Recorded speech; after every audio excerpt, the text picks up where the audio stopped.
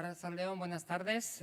Bienvenidos y bienvenidas a la rueda de prensa de la película La Très Grande Évasion, la muy grande evasión, película que se presenta en una proyección especial dentro de la sección oficial.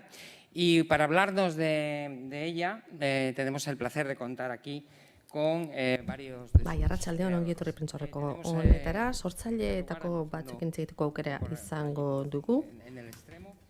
Han muturrean bertan Fef daukagu, ekoizlea da bera, Janik Ergo, zuzendaria, eta Beni Gobert gidoilaria. Pozarren gaude, hemen beraiekin egoteaz. Eta hasteko, eta ikusita hirurak hemen ditugula, galdetu nahi genieke nola sortu zen gai honi buruz film bat egiteko asmoa edo ideia. Gai honi buruz, interes handia dago, baino ez dakigu hainbeste edo nor hasi daiteke. Nahi duenak. Bai, hitz batzuk espainieraz esango ditut. Film hau hiruron artean sortu zen ideia batetik dator, 5-6 urte lehenago, ze iruditzen zitzaigun ihes fiskalaren, iruzur fiskalaren gai hori zela gizarteak dauzkan arazo askoren oinarria, Janik? Oui, donc c'est un projet qu'on a pensé et développé à trois. Bai, proiektu hau hiruron artean sortu eta garatu genuen. Ez da oso ohikoa ekoizlea proiektu baten oinarrian bertan egotea, baina bera izan zen Deni eta biok deitu gintuena. Ez genuen lehenagotik elkar ezagutzen, eta bertanek amaieraraino eraman zuen proiektua. Ekoizpeneko proiektu baita. Aipatu bezala ezin bestekoa iruditzen zitzaigun arazo hau gaurko gizartearen esparruan. Zerga fiskala da gure sistema kapitalista honen akatsetako bat.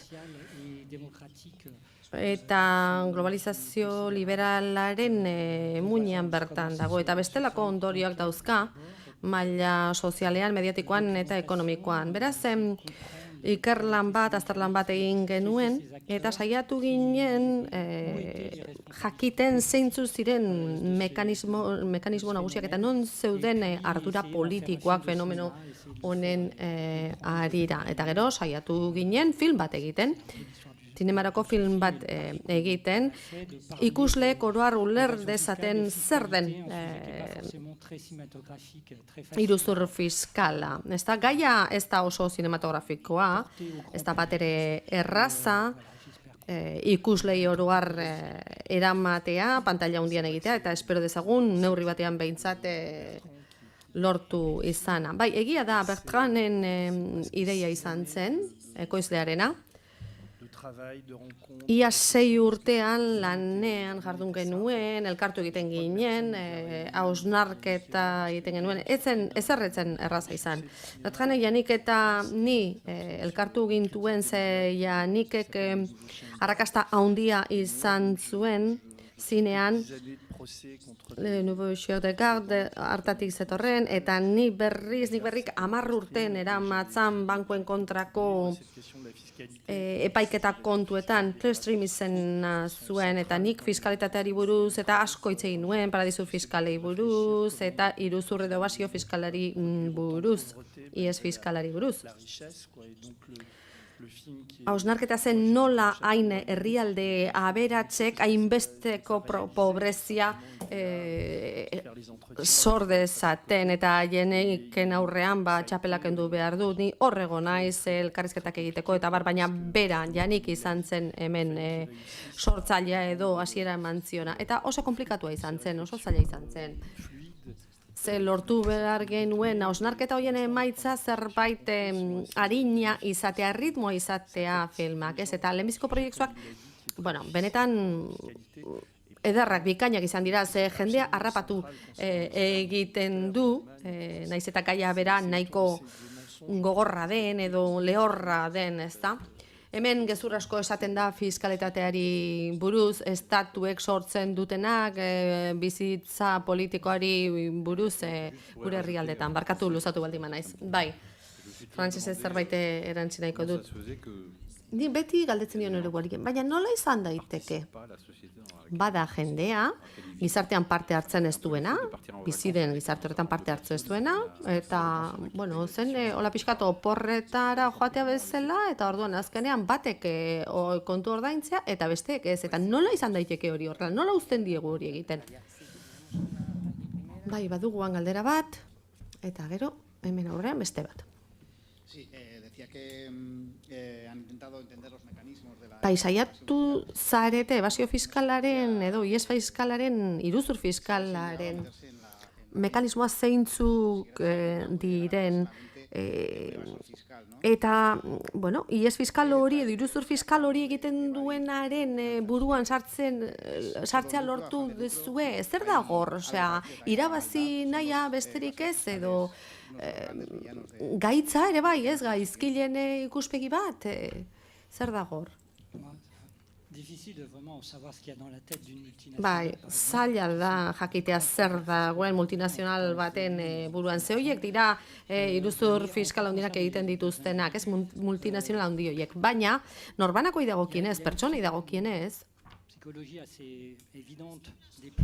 egia da, hor psikologia bat dagoela, ulertzen erraza, alegia, aberatsak ez daude zergen kontra, baina bereiek erabaki nahi dute ze ordaindu behar dioten ogasunari. Eta irabazi asmo horretaz harago, eta aliketa gehien irabaztearen horren atzetik, eta aliketa gutxien oindartzea ordaintzea ogasunari, hain aberatsak diren hoiek etengabe eskatzen dute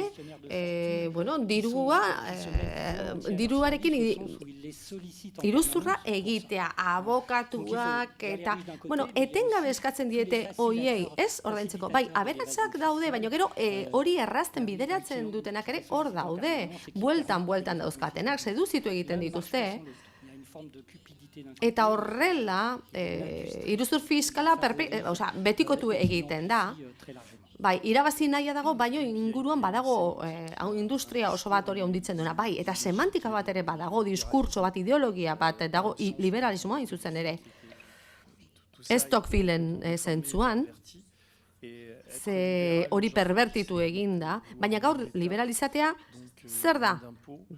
Estatu gutxiago izatea, zerga gutxiago, eta ezberdintasun baten aurrean kokatzea. Eta hortik sortzen dira gure gizarteko ezberdintasun horiek, ez? Eta gero daude, prentsaren, ministroen, eragileen, bitartekarien diskurtsoak, eta horiek dira iruzur fiskalen lehen vektoreak. Eta horri etzaio erreparatzen ikuspegi egoki batetik. Eta hori da filmaren erronka. Amorrezioa sortzen du filmak. Eta aztertu dugu azken 50 urtean Frantzian zer gertatuen Balladuretik hasita, ezta? Diskurtso berberak erabiltzen dira justifikatzeko. Eta horrek onura ekartzen die oso aberatsa direnei eta oligarkei. Gure ikuspegia gu ez baikara militanteak, gu ez gaude talde politiko batean, partio politiko batean, oso leku ezberdinetan gaude, baina halako batean, gauzak diren bezala azaldu behar dira. Oligarka bat da, eta etekina hartzen du edozein lekutatik. Ez dakit hemen gertatzen den, baina Frantzian telebistetan, argitaletxetan, horiek harremanetan daude ministroekin eta horri aurre egitea oso zaila da. Ni sartu naiz ebasore fiskal baten burutik. Nire familian esaten zen estatuak gure poltsikotik atera behar dutela, alik eta zerga gutxien pagatu behar direla. Ni horrekin hasi naiz. aitak, gure aitak, hirugarren minbiziarekin, eta nik maite nuen, baina ari ez zitzaion ezer kostatzen, eta iruditzen zitzaion elkartasunak bazituela onurak, ez, gizarte segurantza bagenukalako, ez, eta horri buruzko eztabaidak izan genituen, baina esango nuke gaur ideia jakin batera itzuli behar dugula inguruan esaten zaigun hori, ez da, alegia, zergak ordaintzen dituen horiek, leloak direla, eta sistema aprobetxatu behar dela. Nik uste zergak ordaintzen dituztenek klasea handia dutela. Bai, Brasildik, galdera bat, hasteko. Filmean ikusten dugu amaieran monstro baten aurpegia, Paulo Guedes, ekonomia ministroa Brasilen, gure porrotaren erantzule dana, erruduna dana, jakin nahi nuke, ia badakizuen zerbait ze eragin daukan ebasio fiskal horrek Latinoamerikan eta batez ere Brasilen. Harritu nau animazioa nola erabili duzuen, ze hor estilo bisual bat ematen diozue filmari, eta uste dut oso interesgarria dela. Horri buruz zerbait esango zeniguke mesedez? Eta zeintzuk izan dira animatzaileak estena horiek guztiak sortu dituztenak. Lehen galderari dagokionez, ez daukagu informazio zehatzik Brasili buruz, ebasio fiskalak, herrialde eta estatu askotara iristen de, eta arazo hori herrialde guztietan existitzen da, Frantzian, Espainian, Europako herrialde guztietan. Eta beste herrialde askori ere eragiten die, paradisu fiskalak deritzon hoiei ere eragiten die. Animazioari dagokionez, bai, kolaboratzaile bat daukagu, animazioak egin dituena, Gilles Ferté, nik lan bat egina nuen, film bat egina nuen jada berarekin, eta ikuspegi komunikazio on hori geneukan, leku zehatz bat aurkitzeko animazioa txertatzeko filmean zehar. Guretzat animazioak balio dute osagai informatibo teknikoak emateko, ez? Ebasio fiskalaren nondik norakoak modu nahiko ulergarrian emateko. Jendeak uler ditzan. Elegantea, didaktikoa, umoretsua eta arina, divertigarria. Izan dadin eta beraz filma ez dadin etxigarra izan hasieratik amaieraraino eta ez da formaren aldetik ere. Horretarako erabili dugu animazioa. Bai, gero oinarrizko beste ideia bat ere zegoen Wise Punchetik abiatuta finantzatu nahi izan genunean, ekoizleek esaten ziguten gaia etzaile interesatzen, ez dute ordainduko, hori ondo ez badezu erabiltzen, baina apostua janik eta neronentzat izan zen hau interesatzea, ez aspertzea. Animazioa pedagogikoa da, didaktikoa da, umoreak horretarako balio du, ez aspertzeko, eta gainera kolpeak bueltatzen ditugu, guri egur asko eman digute, eta guk ere animazioaren bitartez zenbait kabilkada bueltatu bat ditugu. Nola ez bada? Bai, aipatu duzue, gidoilaria uste izan dela.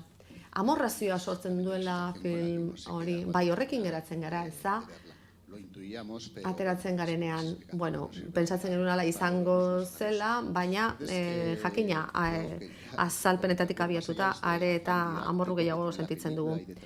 Helburu didaktiko bat du filmak, modu arin batean mekanismoak azaltzea, trampak azaltzea, baina hemen ikusten da klase politikoa, multinazionalak, hartzen duten kolpe bakoitzaren atzean badator kolpe bat edo trampa bat aurrera ateratzeko.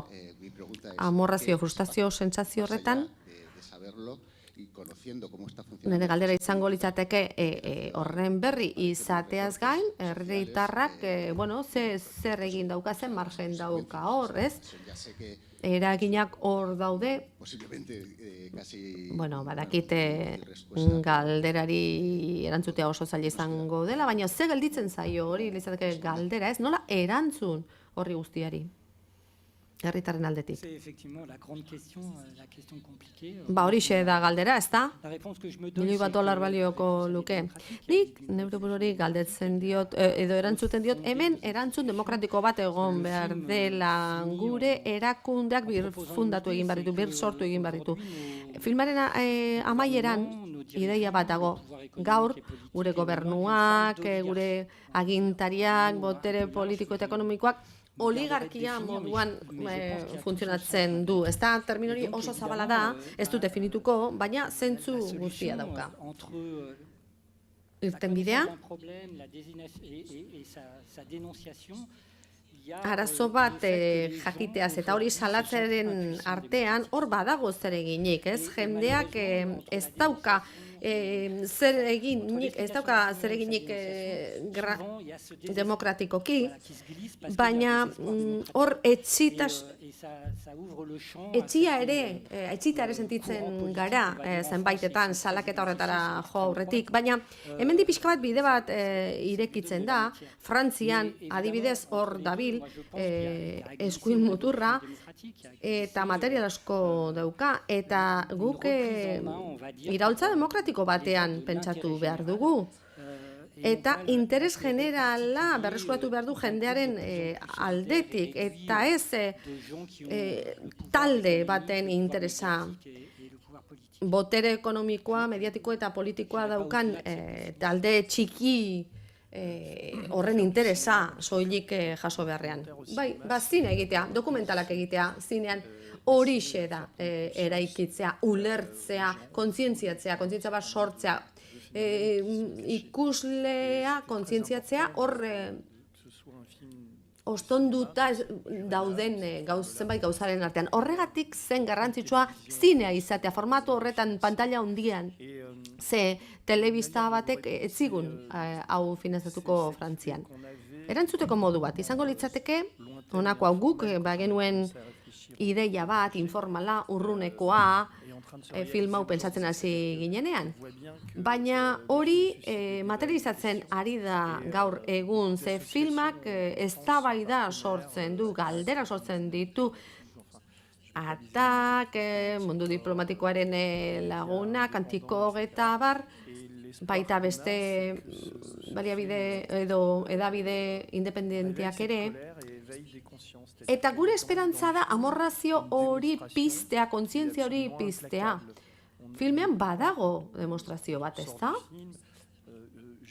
Oso indartsua. Ze ateratzen zean, zinetik ateratzen zean, ezin dezu IES edo ebasio fiskal hori justifikatu, Macron, Melemer, ekonomia ministroa, horiek esaten dutena ezin dezu defendatu. Eta beraz, jendea zinematik ateratzen denean, hortaz hitz egingo dute, eta ez dituzte berdin engainatuko, ez dute berdin botoa emango, ez? Hori kontatu nahi izan dugu.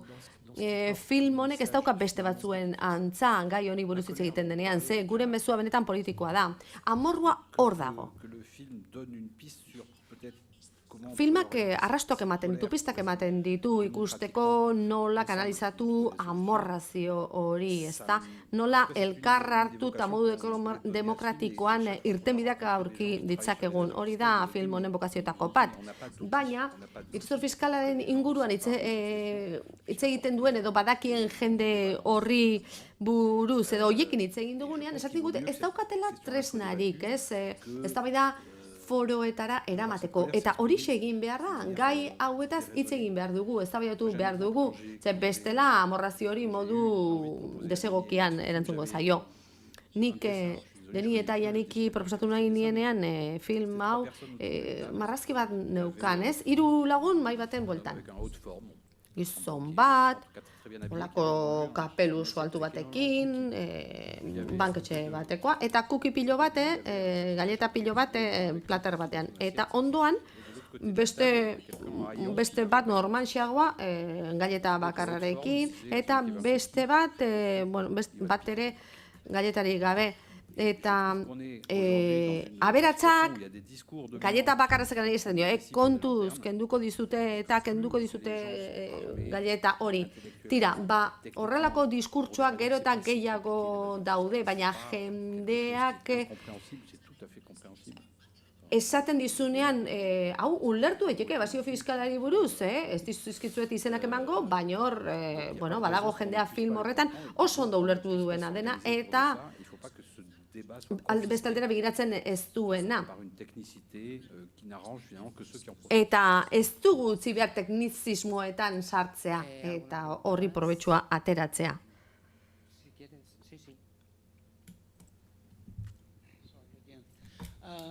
Let me ask you something.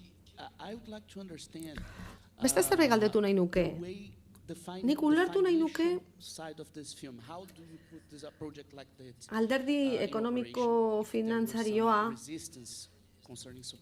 proiektu hau abian jartzerakoan hor erresistentzia bat egon ote zen, baina baita beste galdera bat ere informazio asko dago, ez asko ikasten dugu film honetan, baina zinema da, ez? Eta horrek izugarri harritu nau, ezta? Azken urteotako historian horrelako zine dokumentala ez dago, ezta? Frantzian, uste duzu gaur egun Frantzia dokumentalak ekoizten ari dela modu hain berritzailean alde estetikotik, hori azpimarratu nahi dut, ze oso indartsua da filma, ez?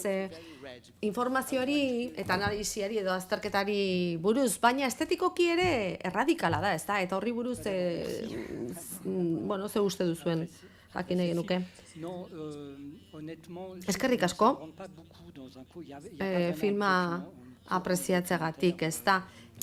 Ez dago dokumental korronte bat Frantzian une honetan gai honi buruz, ez daukat inolako referentziarik, zuri emateko ez da gaur eguneko giro horretan. Bai, badaude dokumental politikoak eta zinema ere, bai, gai politikoak ukitzen dituena, jendeari interesatzen zaiona, badago korronte intelektual bat autoreanena dokumentaletan, baina tradizio bat film politikoena.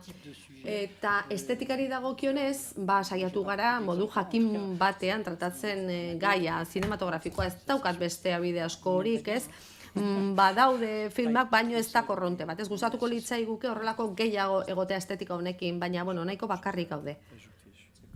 Nik ezin dut gauza hondirik erantzi, ados nago jakinekin. Nik film bat ekoiztu nuen, ni hemen erakutsi zen, eta hura ere oso ezberdina zen Frantzian egiten denekin alderatuta. Gero beste batera aurkeztu nuen duela 2 urte, polizia bortizkeriari buruz hitz egiten zen, Frantzian gero Australiara joan zen, Japoniara eta bar. Arazo hauek tokian tokikoak dirudite, baina globalak dira.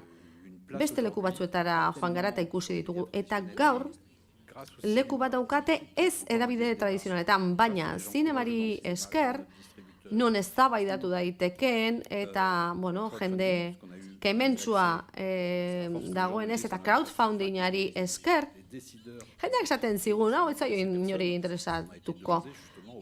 Erabaki finantzarioak hartzen zituztenek, esaten ziguten ez genuela lortuko, baina crowdfunding batean 200.000 euro lortu genituen jendeak filma egitea nahi dute. 6.000 lagunek esan zuten, bai, nik ekarpen bat egingo dute film hori egiten nahi dudalako, eta guk lotura daukagu, harremana daukagu, gizarte zibileko erakunde eta alkartez berdinekin. Eta film honen emaitza eta harrera, izan duen harrerak, argi utzi du Merci Patron eta beste dokumental batzuen ondoren, genero hau, dokumentala zineman joango dela eta joan nahi duela min ematen duen leku hoietara, ez da, leku zailetara, erakusten zaila diren leku hoietara jo nahi dugu. Aipatu dituzun dokumental hoiek eragin nazioartekoa izan dezakete, jakina Espainia, Italia, Luxemburgo, hoiei guztiei eragiten die, horregatik azpitituluak daude hasieratik. Pentsatu genuen nazioarteko bertute hori bazegoela filmean, ze honek balio du mundu osorako, hau leku guztietan gertatzen da, eta nahi dugu mundu zabalean gai honetaz hitz egitea. Aspaldi, Journal Intime de Saint-Pérancourt izeneko beste dokumental bat egin nuen, Genevako adierazpenaz edo hitz egiten zen, hor mundu leku guztitako epaileak zeuden, Espainiakoren bat ere bai, Garzón zegoen bertan, lehenbiziko aldia zen nazioarteko kazetarekin hitz egiten zuena, 7 epaile zeuden, justizia kaosaren pean izenburu horre izan zuen, eta hor bira bat egin zen liburuarekin, ezain beste filmarekin, enuelako formatua aurkitu. Hori 96an gertatu zen. 20 urte baino gehiago pasatu dira. Baina han modu berean hitz egiten zan, modu didaktiko batean. Eta 25 urteotan, duela 25 urte, ulertu genuen hori, jada hemen dago, impotentzia handi bat dago, adibidez epaileen artean, eta politikariek alderantziz, arro daude, eta jendea asko aberasten ari da, eta, bueno, zoragarria da horrelako zinemaldi batera gonbidatua izatea, nola baite horre, hazi batzuk landatzen ari dira, eta espero dugunek fruitu ematea, oso ondo sentitzen naiz hemen, eta eskerrik asko beraz Jose Luisi eta taldeari, gu hona gonbidatzagatik, ze horrek esan nahi du, badagoela hemen potentzial bat Frantziatik harago, pozten gaitu, ez bakarrik gugatik, ze arazoa mundu osokoa da, mundu osoarena, ez dakit Jose Luis ausartagoa den, edo baina behintzat berak gonbidatu gaituena, eta ez beste zinemaldi batek. Alderdi zinematografikoa aipatu da, filmari buruz. Eta harritu nagoena izan da montaje lana, ezta? Ni jakin nahi nuke, muntaketa hortan nola lan egin duzuen batez ere Demirekin, daukazuen informazio hori guztia, non dokumentazio lan erraldoia dagoen, nola egin duzuen hori dana sartzeko, txertatzeko eta montatzeko. Ze lana ikaragarria da. Bai, muntaketari ekin behar genionean, ni aspertu egiten naiz, ez daukat pazientziarik, ez daukat egonarririk telebista baten atzean hori egiteko. Ni edabide baten buruan naiz Frantzian, eta launari guztia, Janik utzi nion. Berea da loria, ez da? Lan horregatik ni horrego nintzen, elkarrizketarako, eta baina gero filma eraikitzeko, muntaketa egiteko, hori guztia Janikek egin du. Ez zara harrituko, batez ere lan ezagutzen baldin baduzue. Filmak muntaketa prozesuan sortzen direla, hor azaltzen da dena, hor aurkitzen ditugu adibideak, hor aurkitzen ditugu behar ditugun artxibategiak, montajeari begira animazioak pentsatzen ditugu, hausnarketak idazten ditugu, lan garrantzitsuena fase horretan gertatzen da, montaje fasean. Eta hor gertatzen da benetan idazketa, ia urte terdiko tarte hartu genuen horretarako lan erraldoia da. Nik justu arlo horretan egin dut nire lana, batez ere fikziozko lanetan, muntatzailea naiz beraz. Eta horri esker, oso modu pausatuan lasaian aurre egin diot lan honi, faseka, poliki, bertsio ezberdinak ateraz, eta enaiz urduritzen, ez? Berez materiala, ikaragarria zen, baina, lasai hartzen dut, ez da? enaiz ez dutzen, eta gainera muntaketa lan hori gustatu egiten zait. Azken batean zinema lan bat egin nahi baldin baduzu, bueno, narrazio bat egin behar duzu, hasiera bat, erdigune bat, eta amaiera bat, ez? Eta jendea izarrita esna mantentzea lortu behar duzu, horixe da realizazio lana.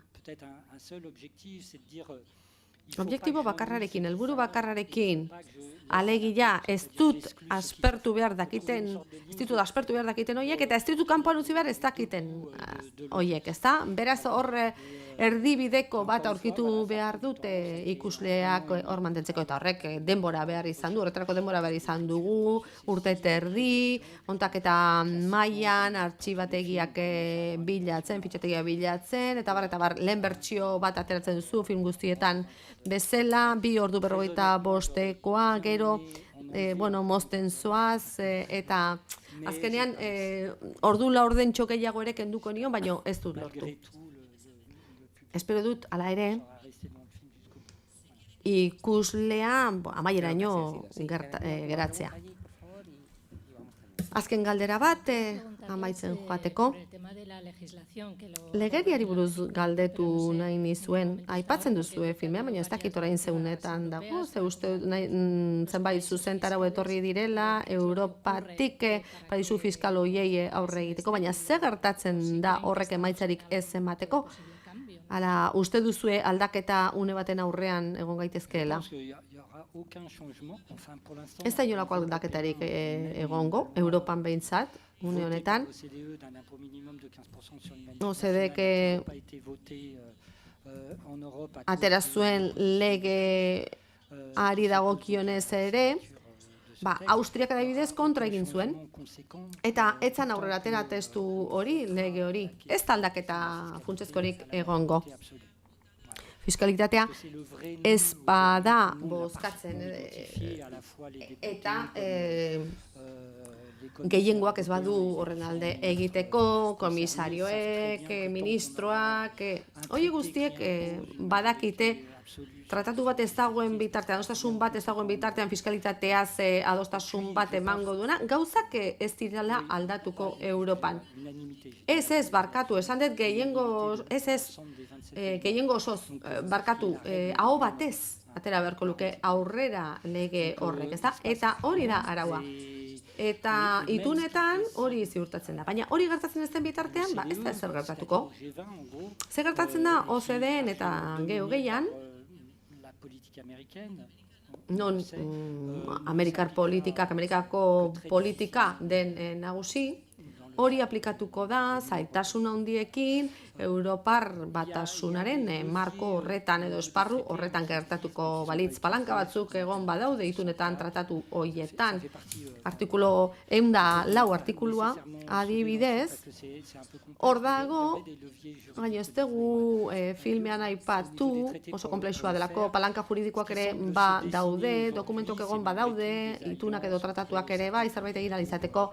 Badirudi orain aliantzak sortzen ari dira herrialde ezberdinetan, alde bakarreko modu batean lan egiteko, korse hori alde batera uzteko. Europa definituta dagoen moduan,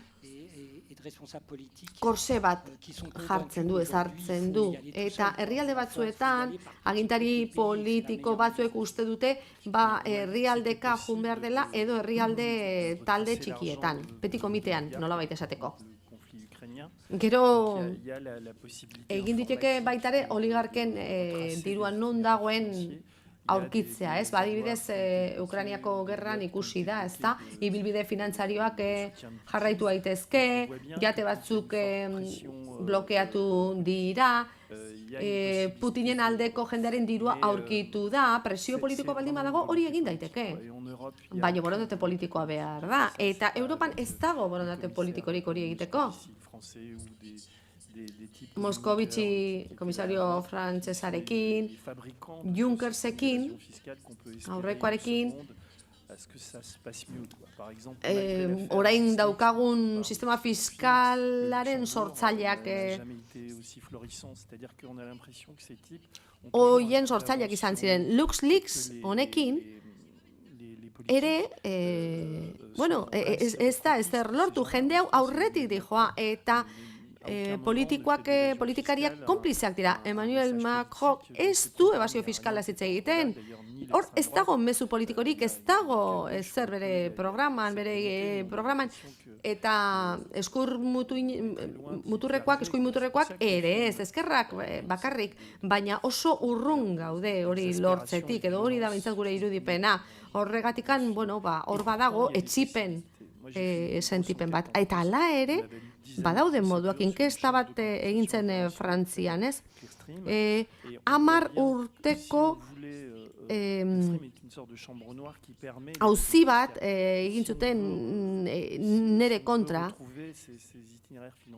eta hor, nolabait, ibilbide finantzariak aurkitu nahi dituzu, streaming horiek behar dituzu. Baina nola ez dagoen munduan borondaterik, hor daude estatu batuak, G20, hor mugitzen dira gauza, baina ez da ezer konpontzen ez duten nahi. Jendearen presioak besterik eluke lortuko zerbait egitea, eta horixe da. Pues tenemos que terminar ya. Bukatu beharra daukagu, mila esker, gure gonbidatuei ona biltzea, Donostiara etorri izana, eta zorte hon, eta asko ikus dadila, jakina. Mila esker. Mila esker zuei.